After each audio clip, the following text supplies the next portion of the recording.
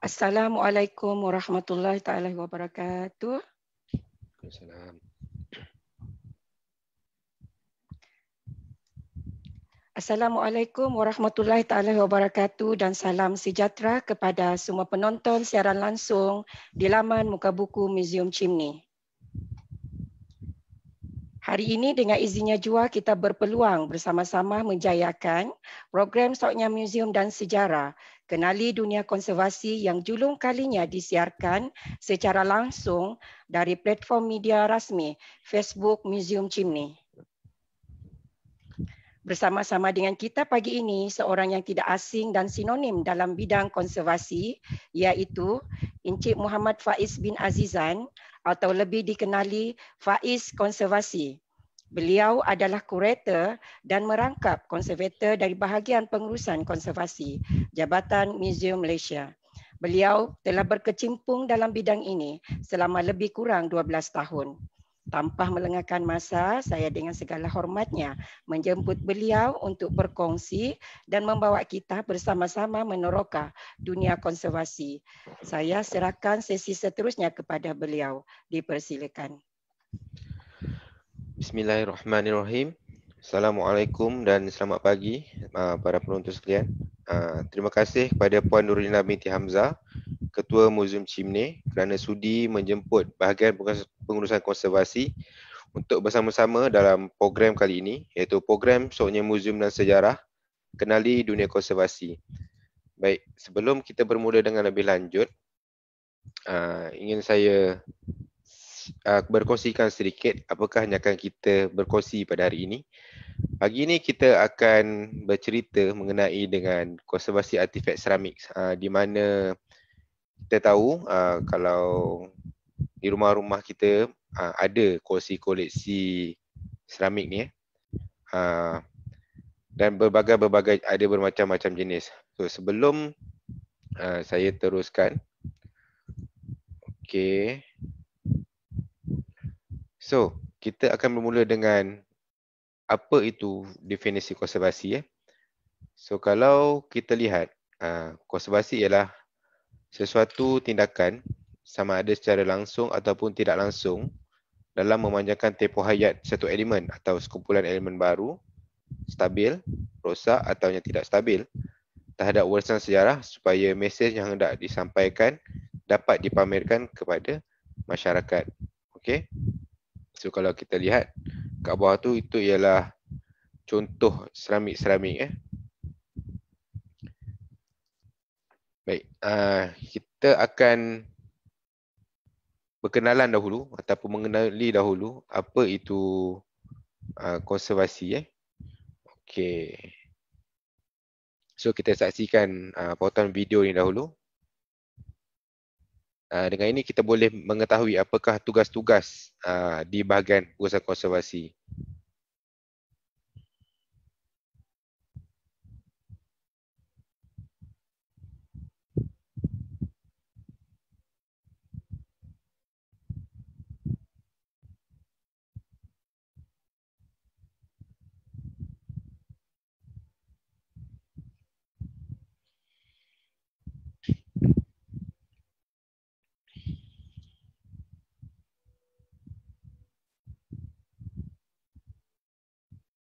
Okey, kalau kita lihat, kerja-kerja konservasi ni bukan sekadar pada koleksi, ia juga kepada persekitaran.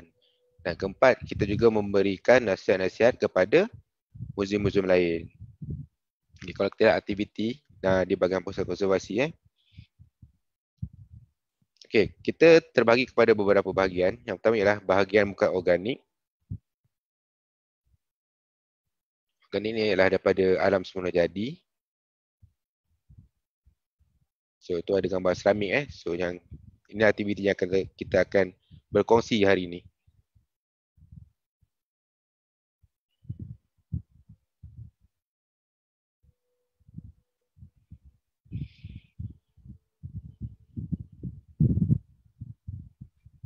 Sorry Celah. Tolong select window share kepada yang satu lagi. Sebab sharing nampak, tak nampak yang kau tengah share. Nampak yang ni. Tak nampak? stop share, kau share screen je ke atau kau share kepada slide yang tengah slideshow? So kena hide dulu ke? Slideshow. Kau pilih untuk Windows slideshow. Sekejap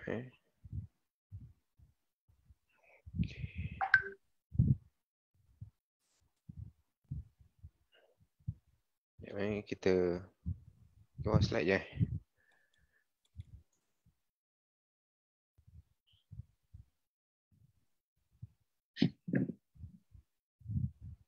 Keluar slide je.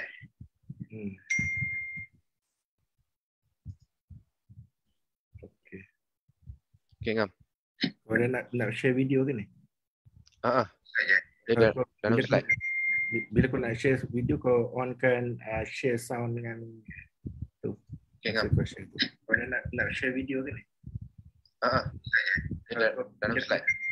Bila kau nak share video, kau onkan.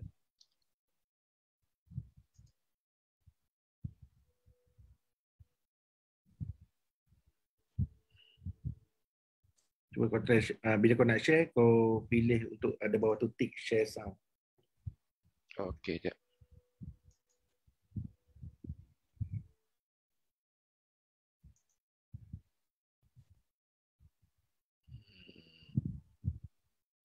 Tak ada bunyi.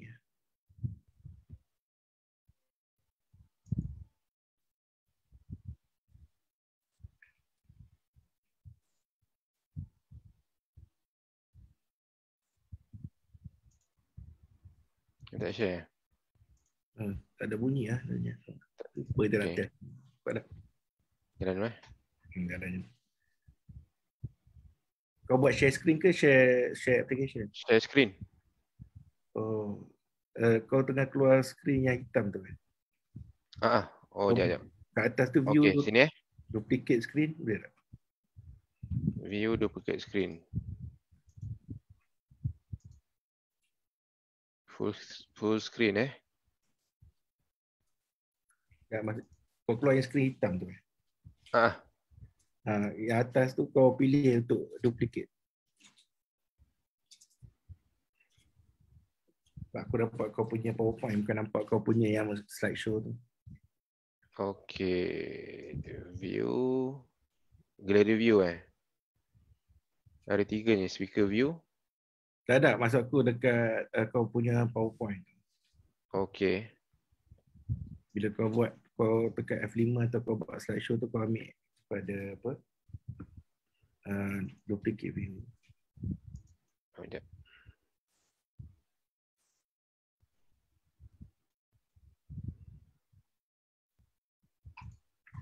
Duplicate view.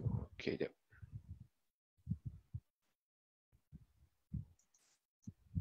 Slideshow. Kau pilih, masa nak pilih slide window tu, kau pilih slide apa? Slide kat bawah ni. Slide sorter. Notes. Kau stop share dulu, kau buat yang. Okay, sekejap. Stop share. So, pergi balik dekat slide. Kau start dulu slideshow tu, baru kau pergi balik ke window tu, kau share. Okay. Start bermula Start balik slideshow. Baru Alright. kau share screen, pilih kepada window yang slideshow. Daripada ni daripada PP Okay, so masuk balik. Share screen. Share window.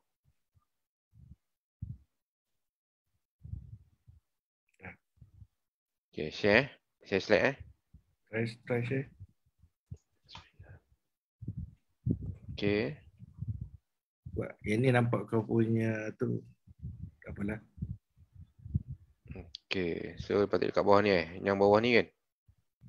Patut kau tekan tu dulu. Kau tekan bawah tu. Okay. Yang bawah tu. Kau tekan. Dia akan keluar ada skrin hitam kan? So dekat atas tu, atas kiri tak silap, ada tak dia ada display setting? Tak ada bos, clear sekali. Dia keluar semua. Kat bawah ni ada. Tak apa, Ada 3 okey. butang ni je. Okey. Screen. Yang kat bawah ni ada black screen, white screen, so taskbar, arrow option. Kalau macam tu kau pergi dekat kau stop share balik. Kau dah play kan yang tadi PowerPoint tu? Dah. Okay, kau stop share. And then kau pilih balik. Nanti akan ada 2 window untuk PowerPoint tu. Kau ambil yang show ni, bukannya PowerPoint, show. Maknanya slideshow Slideshow. Okey, jap. Yang rupa tick sound.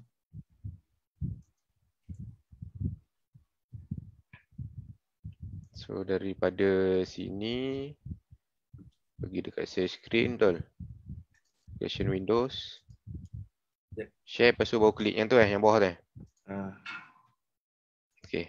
Kalau kau masih pilih yang tu lah, tak apalah. Kau jalan lah, orang nampak je slide ni. Okey. Apalah jalan tu. Alright, bos. So, mohon maaf ada sedikit kesilapan teknikal. So, kita teruskan. Kita lihat kembali video bahagian pusat konservasi.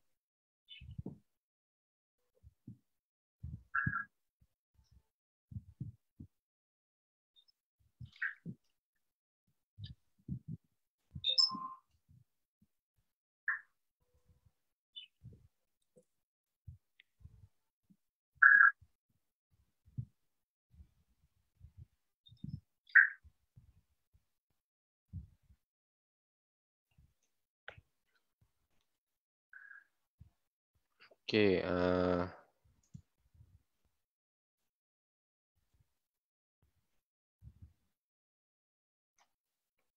ikut kat sini kita ada talian tak apa nak clear agak terputus-putus. Tak apa, kita teruskan dengan definisi ceramics.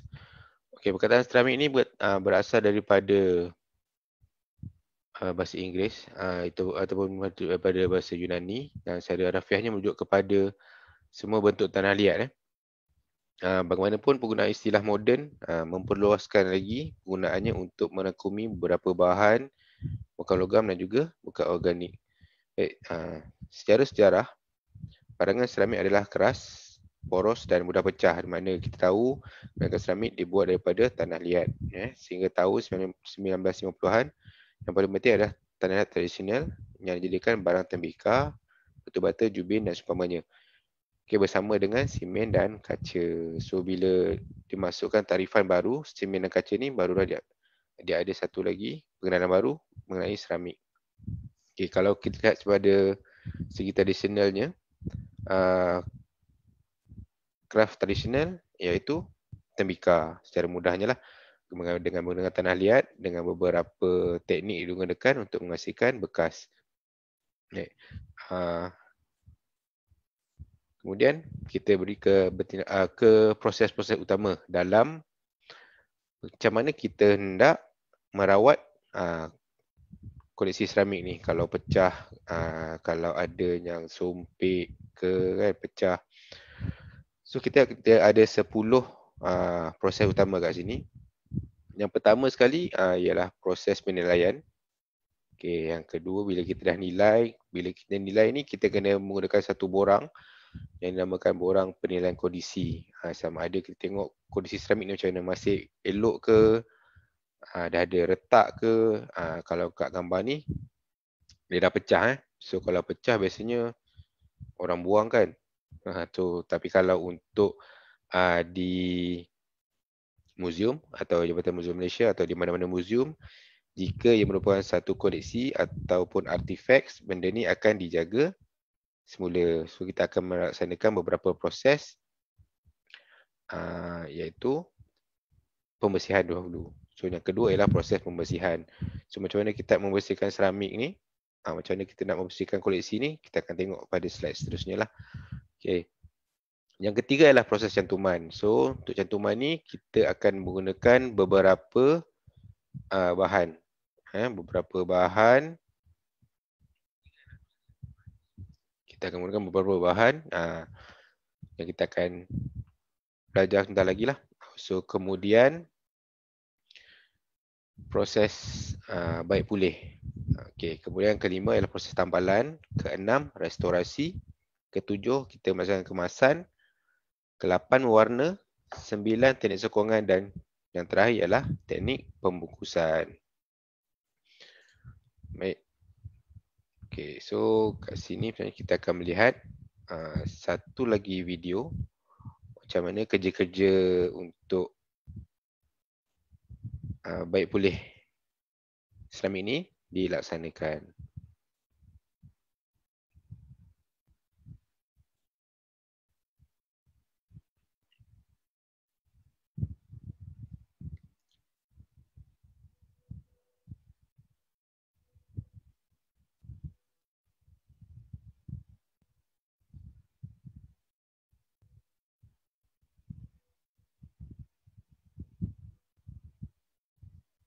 So kalau kita lihat dalam video ni, terdapat beberapa koleksi yang dah pecah. Untuk makluman ini ialah koleksi daripada kapal karam. Sebab tu kalau kita lihat, kita nampak ada cengkerang dekat situ. Ada cengkerang. So kalau dapatan daripada bawah laut ataupun bawah dalam air, kita tidak akan membuang sebarang objek yang melekat pada koleksi tersebut. Kerana ia merupakan bukti yang kita jumpa daripada dasar laut.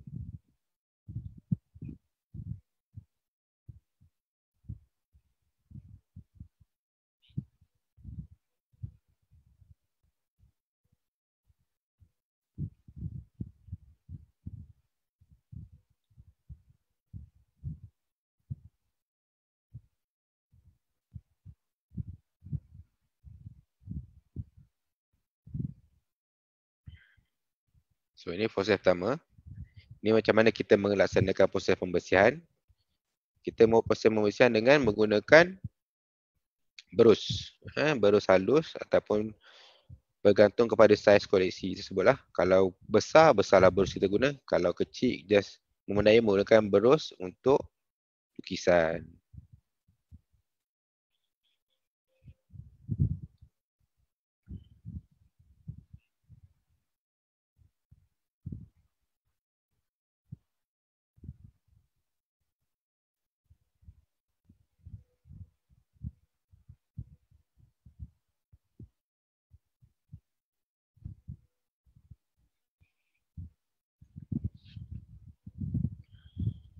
Okay, kita membersihkan keseluruhan permukaan seramik tersebut. Okay, dengan menggunakan lidi lembut ataupun biasanya kita akan gunakan orang kata lidi sate. Okay, so kita just bersihkan pada bahagian tertentu saja. Mana bahagian perlu kita bersihkan sekiranya terdapat kotoran-kotoran seperti debu ataupun pasir yang masih melekat, so kita akan bersihkan lah.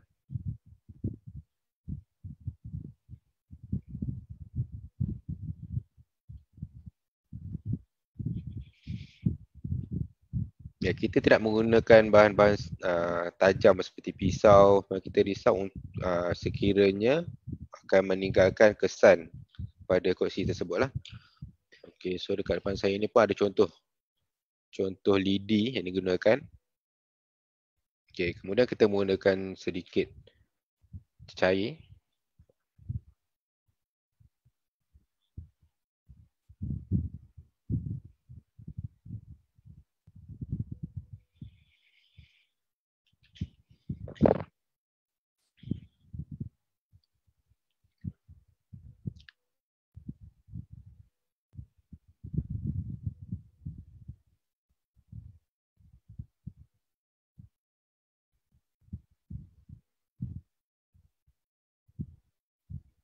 Okey, untuk cantuman kita menggunakan sejenis bahan yang dikenali sebagai paralot B72.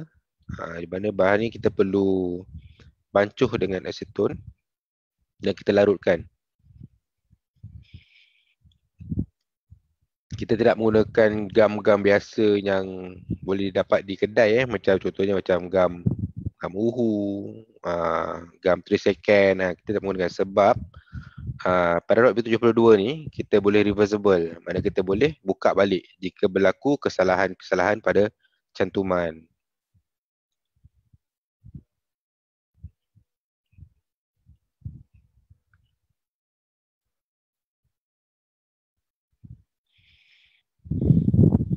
So ini adalah proses mana kita buka balik untuk kita buang balik. Okay, paralot ni ada dua jenis. Satu yang kita bancuh dan satu yang sudah siap.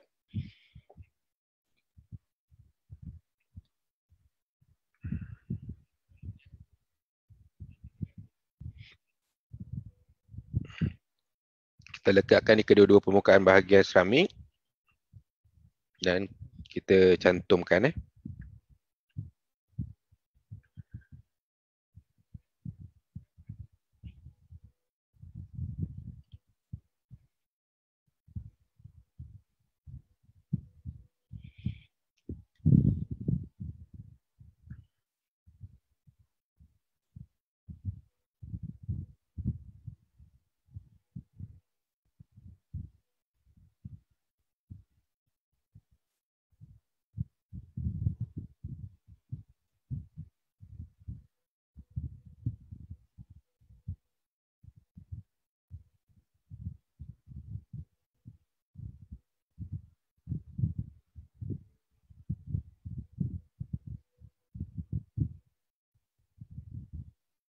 So untuk melekatkan tu kita perlu lekat dengan berhati-hati supaya tak ada lagi bahagian yang berserpih.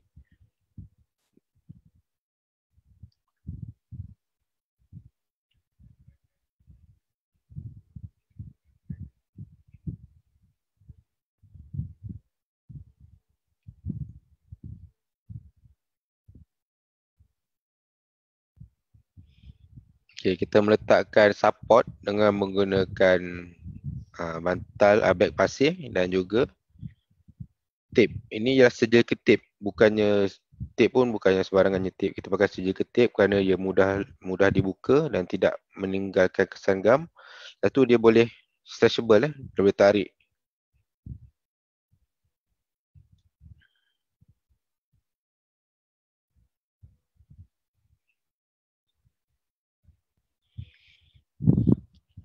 Okay, untuk pembersihan ni baru kita menggunakan sedikit blade untuk kita ratakan dan juga membuang bahagian-bahagian gam yang melebih tu.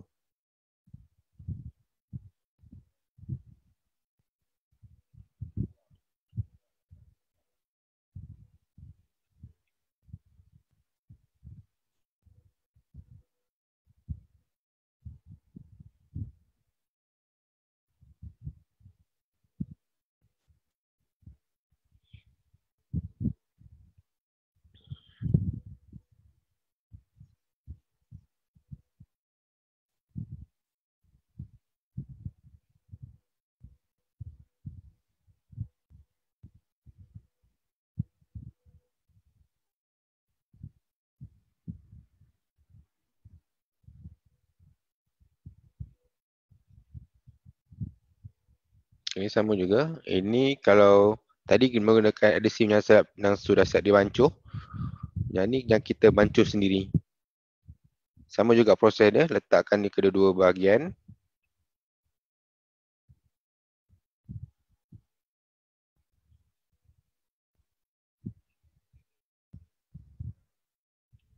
Okey, untuk parrot B72 ni, bancuhan ni kita boleh mengikut kadar kesesuaian. Dia boleh serendah 5% sehingga 70%. Dia bergantung kepada apakah tujuan ataupun apa saiz seramik yang kita cantumkan. Kalau 5% ni biasanya dia akan menjadi sebagai salutan sahaja untuk melekatkan 30 hingga ke 70%. Kalau kata besar seramik tu, pekallah sikit gam dia, kita akan bancuh.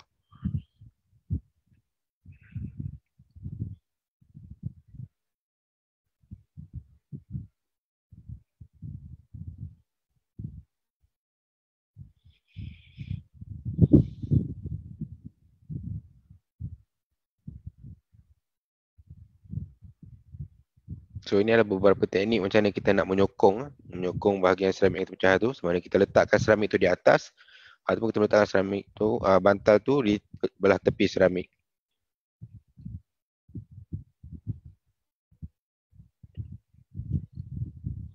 Okay, kemudian apabila kita mencantum, jika terdapat beberapa bahagian yang hilang ataupun kita akan menggunakan POP untuk membina atau membuat.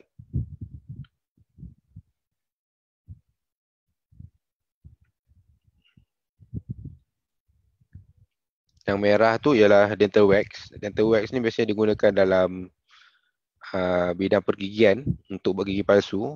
Dan kita apply teknik ni untuk buat pada seramik.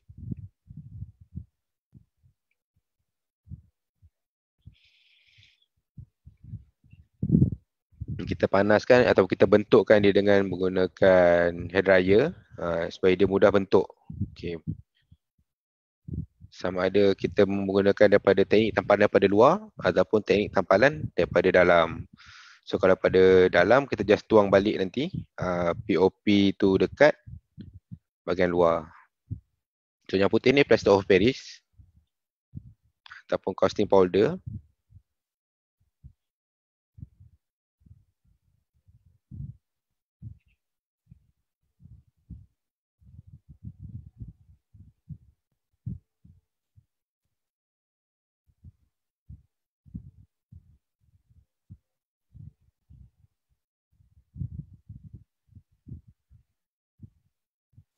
So bancuhan untuk casting powder ni ialah bergantung kepada saiz pecahan jugalah. Kalau besar, banyak ruang yang nak kita restore, so banyaklah penggunaan casting powder ni.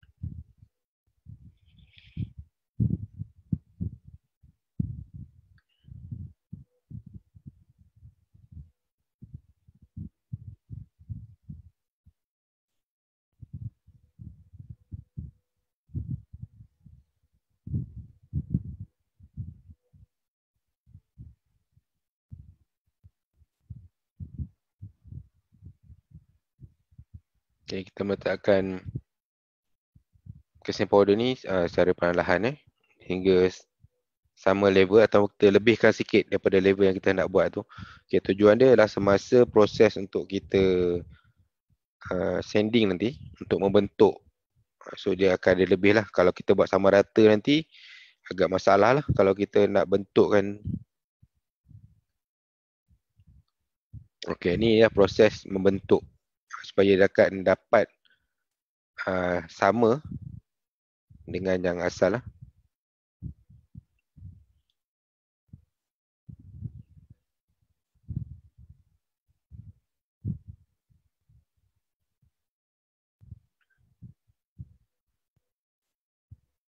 Okay, ini adalah antara contoh seramik yang telah siap direstorasi.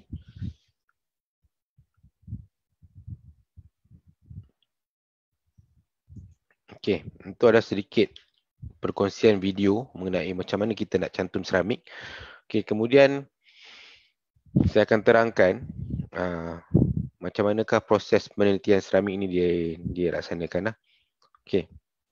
Pertama sekali iaitu kita kena mengumpul dahulu kepingan-kepingan seramik yang pecah ni. Kalau kita lihat pada rajah di bawah ni, kumpulan seramik yang pecah tu, dan kita numberingkan dia.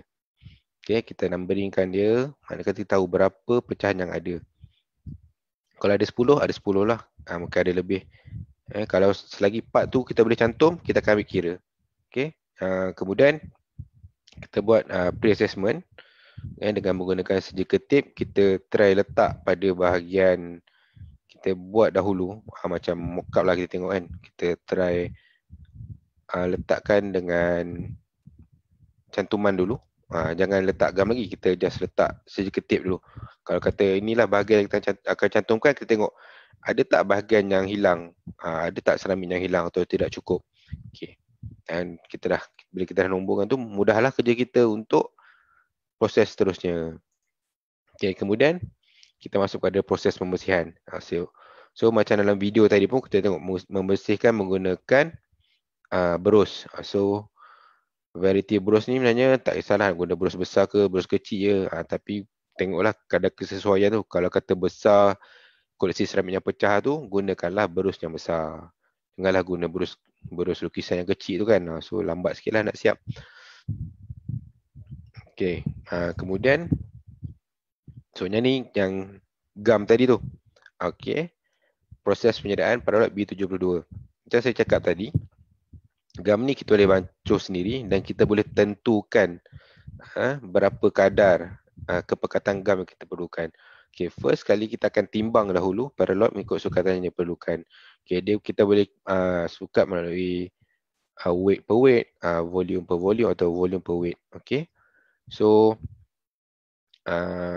kita tidak menggunakan gam biasa. Kita tidak menggunakan gam yang terdapat di kedai-kedai tu, ataupun gam yang popular macam 3 second glue semua kita tak gunakan. So kita menimbang dahulu, kemudian kita sediakan aseton mengikut ketetapan untuk melarutkan paraloid tadi.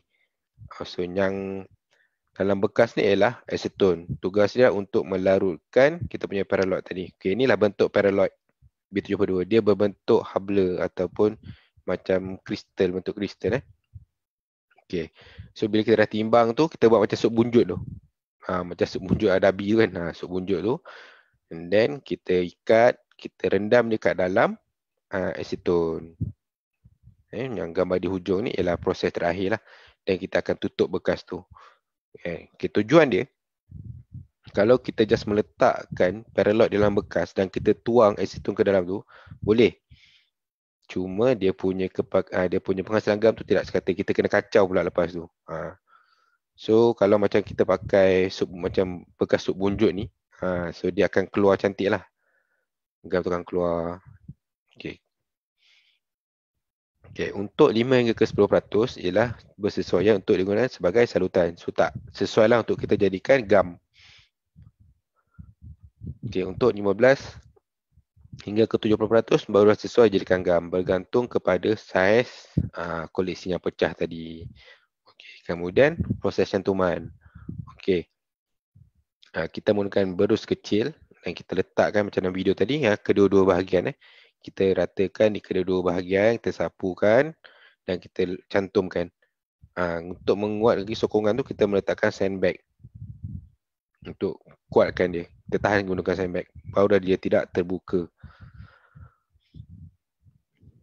Okay, kan kita juga menggunakan surgical tape lah untuk menguatkan bahagian kita tampal tadi.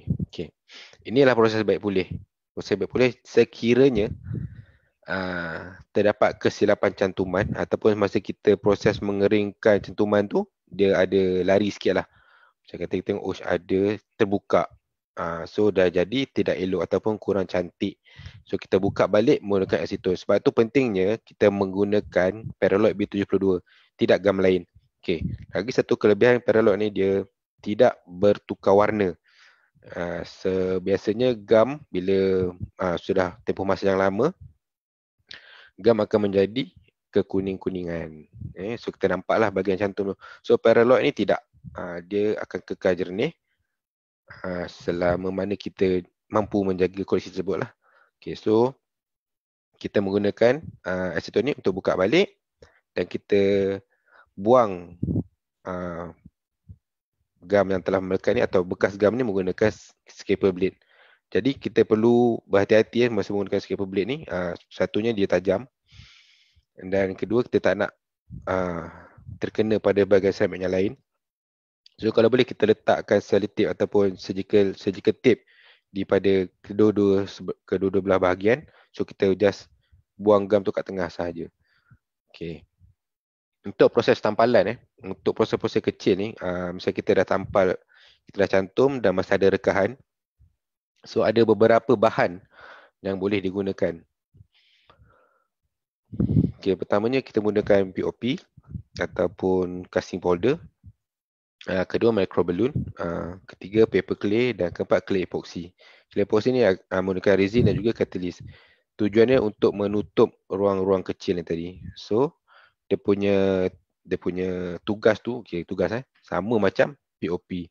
Cuma dia memudahkan kalau kita lihat yang di sini, yang gambar pertama ni, gambar lidi dengan gambar penutup ni, ini adalah kita menggunakan clay epoxy.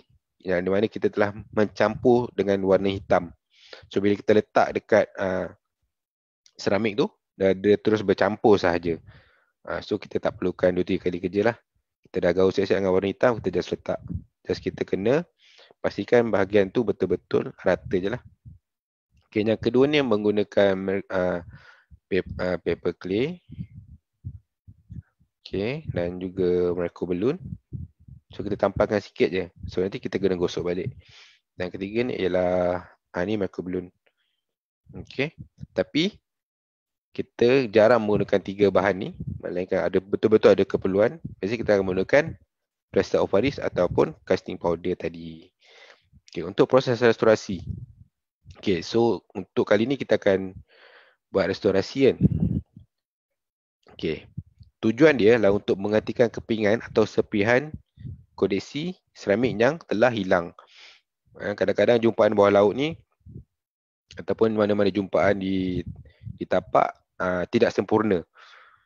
So jadi untuk mendapatkan bentuk penuh, bentuk penuh koleksi seramik ni, kita menggunakan POP. Okay, jadi kita memerlukan beberapa bahan juga atau peralatan untuk membentuk dental wax ni. Salah satunya dental wax, hair dryer dan juga surgical tape. Kalau ikut gambar pertama ni, inilah cara yang kita akan buat. So kita akan potong kiri kanan tu untuk jadikan dia tangkai. Okay, yang kita letak. So dia ada beberapa cara sama ada kita meletakkan dental wax ni di bahagian dalam ataupun meletakkan dental wax ni di bahagian luar. Okay.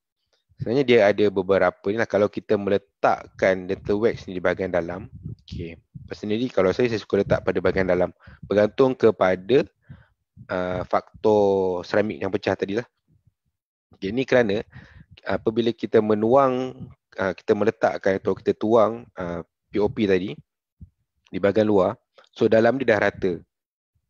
Dalam dia dah rata, so mudahlah kita just sanding dia daripada bahagian luar untuk samakan balik position dia tu. Sebab kalau kita letak dental wax ni bahagian luar, kita kena bentuk shape dia ikut sampai ke ada yang punya hujung tu. So agak banyak kerja juga lah. Macam agak tricky sikit untuk kita buat kerja-kerja sending nanti. Okay, so kalau kita lihat, so kalau ni kedudukan daripada atas lah. So yang ni adalah contoh-contoh seramik yang telah dibuat.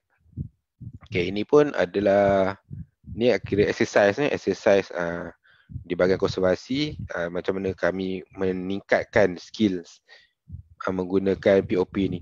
Sebab benda ni bukan buat sekali buat terus jadi dia kena berurang-urang kali. Dan kadang-kadang kita terpaksa buka balik. Kita sending balik, buat balik proses tu berulang kali untuk mendapatkan betul-betul bentuk yang sama. So kalau kita lihat dekat, kalau boleh nampak yang cawan ketiga ni tak berapa cantik sebab dia just flat je. Okay, dia flat saja. Yang kedua ni dia agak tricky, dia bukan pecah di bahagian atas, dia pecah di bahagian bawah. So kita kena meletakkan dental wax ni di bahagian dalam dan potong kecil. Okay, kemudian kita akan masuk kepada proses kemasan. Okay, proses kemasan ni ialah menggunakan scraper blade. Okay, dan seperti saya mention tadi, atau saya beritahu tadi, dia sangat tajam. Dan kalau boleh, kena melaksanakan dengan berhati-hati. Just betul ambil bahagian yang kita nak buang sahaja. So kalau bahagian dalam tu, dia agak kadang-kadang kawasan dalam tu agak tak boleh nak masuk sangat kan. So kita kena berhati-hati lah.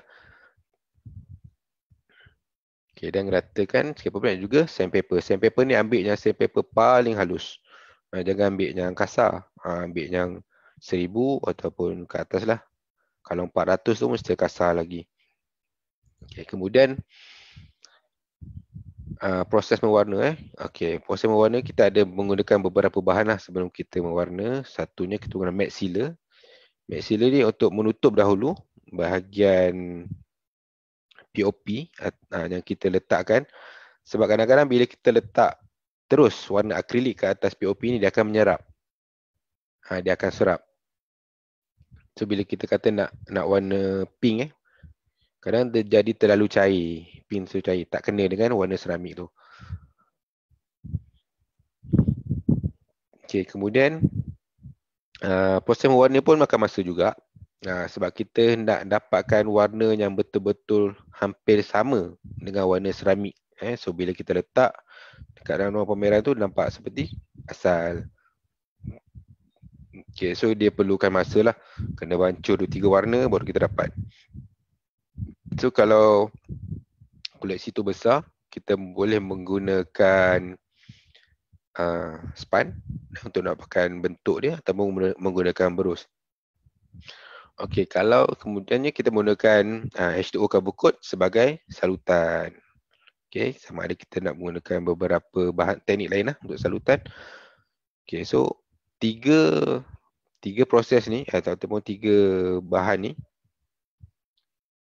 kita perlu gunakan untuk dalam proses warna. Jika ada terdapat warna tu tidak dapat sama, macam kata kita letak akrilik, warna tu POP tu menyerap. So kita kena matte sealer dulu untuk tutup lapisan tu supaya dia ada satu lapisan atas. Okay, jika kita just letak, kita cuba dengan akrilik dan warna tu dah jadi, warna tu dah hampir sama dengan kita punya koleksi tu, so tak perlulah kita letakkan matte sealer. So just guna akrilik saja dan juga coating. Okay, seterusnya kita dah buat cantik-cantik, dah buat elok-elok, kita dah tampal. Okay, yang first ni ialah uji cuba. Kita tak berapa keperluan kita untuk meletakkan teknik sokongan tersebut. Okay, teknik sokongan ni adalah satu proses yang sangat penting antara proses-proses yang kita dah buat tadi. Okay, sebab apa? Kita dah buat cantik-cantik, kita dah buat elok, tapi kalau kita tak jaga, kita letak teknik sokongan, dia mungkin akan boleh pecah balik semasa kita membuat pengendalian. Okay, so bahan yang kita gunakan ialah polyethylene foam yang agak tebal tu. Okay, polyethylene foam ni dia agak tebal, dia ada saiz-saiz dia lah. So kalau kita lihat pada gambar seramik yang kat tengah ni, kita tahu bahagian yang paling mudah patah atau pecah ialah tangkai dia. So kita letakkan ethylene foam ni di tengah-tengah tu supaya masa kita mengendalikan kita tidak pegang dekat tangkai. So kita lebih prefer pegang pada bahagian body dia. Okay. So yang ketiga ni ialah kotak. Ini adalah teknik yang paling terbaik kita ada untuk meletakkan koleksi seramik tu. Kotak ni pun kita buat secara sendiri. Mana kata kita tengok saiz koleksi tu, kalau besar, besarlah kotak dia, dan kita letakkan padding dan juga penahan. Kita letak 4 penjuru supaya bila kita angkat ataupun ada gegaran, dia tidak terkena kepada dinding kotak. Okay, so bila sekiranya ada perjalanan jauh, misalnya contohnya daripada Museum Chimney nak ke Museum Labuan, ada nak pinjam seramik, ataupun Museum Labuan nak pinjam koleksi daripada Museum Chimney. So kita packing elok-elok koleksi seramik ni dalam kotak, kita letak padding, okay, kita buat support kiri kanan dan kita bawa. Kita letak dalam kenderaan dan kita bawa. Okay, semasa perjalanan tu sekiranya ada bumper, ada lubang, so koleksi ni tidak terlalu bergerak, pergerakan dia tidak begitu banyak lah. Okay, kemudian proses pembungkusan kita menggunakan bahan seperti acid free paper dan juga bubble wrap. Okay, dan kotak tadi. Okay, mana kata dia ada 3 lapisan untuk pelindungan kepada koleksi seramik ni untuk kita bawa. So satu kita letak acid free paper. Acid free paper ni ialah kertas yang banyak digunakan dalam bidang pemuziuman untuk membalut atau menutup koleksi-koleksi. Okay. Yang kedua, bubble wrap ni ialah sama juga, tugas dia ialah memastikan apabila ada pergerakan atau pergeseran, kita tidak merosakkan koleksi tersebut dan kotak. So kat sini kita dapat lihat betapa pentingnya proses pembungkusan dan proses untuk menjaga koleksi ni. Mana kata kita dah buat yang cantik, kita dah restore elok-elok. So kita balut dia, katanya memang perlu dijaga dengan baik. Okey, saya rasa perkongsian tu setakat ini sahaja. Okey, saya mengucapkan terima kasih banyak-banyak dan saya memohon maaf daripada awal tadi kerana ada sedikit kesilapan teknikal, itu kesilapan daripada saya sendirilah. Yang baik itu datang daripada Allah SWT, dan yang kurang baik dan kurang elok itu datang daripada saya sendiri kerana saya masih lagi belajar dan menggunakan media baru ni.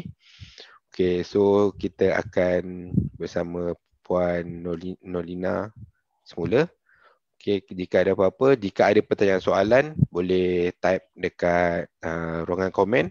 Dan insyaAllah akan baca dan saya akan cuba jawablah. Sekian, terima kasih. Assalamualaikum dan salam sejahtera.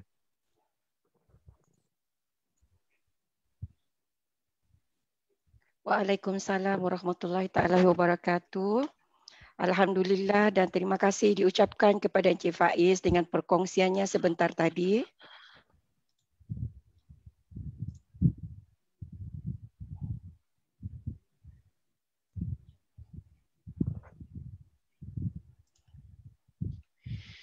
Banyak ilmu-ilmu konservasi yang kita peroleh pada hari ini ya. Okey, kepada pelajar-pelajar dan guru-guru yang terlibat, bolehlah dapatkan maklumat-maklumat ini untuk menjawab ya, untuk buat aktiviti projek mini konservasi nanti. Okey, dan sekarang kita cuba dapatkan soalan. Ada sesiapa yang nak bertanya berkenaan dengan konservasi, bolehlah type dekat komen. Kita buka ya sebelum kita menutup tirai hari ini. Okey, ada soalan Cik Faiz daripada Muhammad Nur Zari Zaitun. Okey, soalan yang pertama, dalam konservasi jika kita guna bahan-bahan semula jadi boleh ke? Okey, yang soalan bahan-bahan semula jadi Okey, kita apa? Soalan nak kedua. Jawab dulu ke? Okey, soalan kedua. Boleh jawab soalan kedua dulu. Bahan-bahan semula jadi ni macam mana? Macam mana contoh bahan-bahan semula jadi? Sebab kalau kita gunakan bahan organik ni biasanya dia lebih kepada tekstil, contohnya macam pigment. So nak tahu bahan semula jadi ni macam mana? Kalau kata yang seramik ni bahan semula jadi daripada seramik ke macam mana? Mungkin seramik lah kot sebab kita sentuh Okey. seramik tadi. Seramik kan, kalau seramik ni dia banyak proses lagi. Kalau ikutkan ada yang kita perlu tumbuk dulu seramik tu kasi hancur. So kita letak balik dekat kat seramik ni. So yang ni kita gunakan teknik paling mudah dahulu.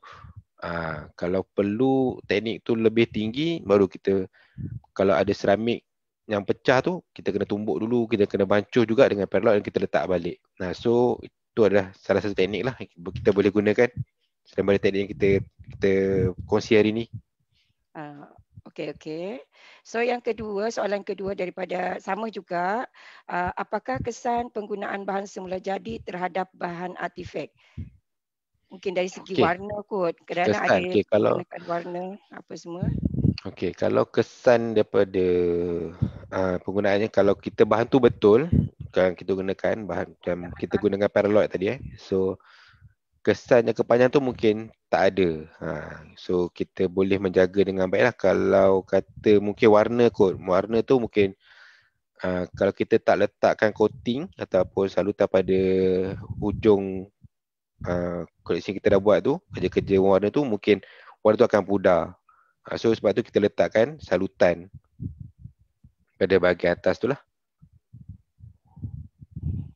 Okey, soalan seterusnya daripada Cik Jafari. Selain POP, apakah bahan yang boleh digunakan? Okey, kalau untuk seramik ni, kalau the best thing kalau kita nak gunakan ialah POP lah. Kalau selain daripada POP ni, kita juga dia banyak nama. Dia ada casting powder, dia ada POP, dia ada yang kata magnesium white. Kadang-kadang ada yang kata bang boleh tak pakai je plastik sealing tu, kan, yang plastik sealing yang putih tu kan. So sebenarnya benda ni dia bergantung kepada kemudahan kita mendapatkan bahan tu. Tapi yang the best item kita boleh gunakan ialah plaster of Paris, sebab satu ia mudah dibentuk dan satu lagi dia mudah untuk didapati lah. Biasanya pengguna ataupun pereka-pereka sculpture pun akan menggunakan plaster of Paris. Sebab satunya dia mudah dibentuk dan memudahkan kita untuk mewarna bahan tersebut lah. Ini POP ni lah macam yang dekat hospital tu kan, yang kita guna untuk tangan patah tu. Ya, betul. Betul lah. So saya rasa kalau ada lagi soalan, kita dapatkan soalan daripada ni. Hasilnya sekejap ya, hold on.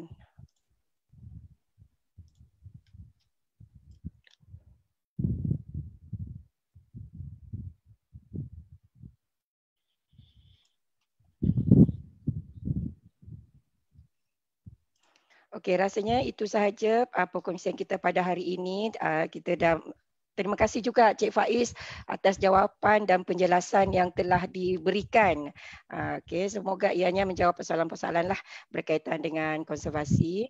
Pihak kami juga memohon maaf atas segala kekurangan, dan akhir kata kepada semua penonton, jangan lupa melayari, like dan share Facebook Museum Chimney untuk mendapatkan lebih banyak info-info menarik mengenai sejarah, budaya, program dan aktiviti terkini Jabatan Museum Malaysia yang dijalankan secara atas talian.